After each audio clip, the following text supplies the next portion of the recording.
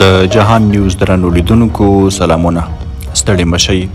د طالبانو لوی مشر ملا هیبت الله اخندزاده د یو لړ نوو تعیناتو په ترڅ کې د عامه روغتیا وزارت لپاره نوی سرپرست ټاکلی او د ځینو ولایتونو لپاره یې نوي والیان او مرستیالان ګمارلي دي.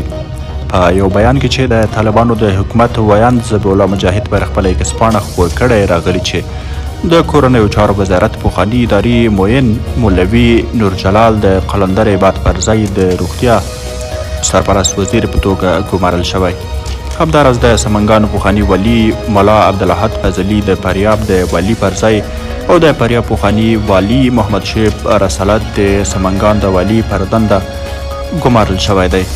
طالبانو په تیرو نږدې 3 کلونو کې چې پر افغانستان واکمن شوي ډیر شمیر والیان بدل کړي، خو ډیرې وزیران یې له لومړۍ سرپرستي کابینې پر خپلو دندو پاتې دي.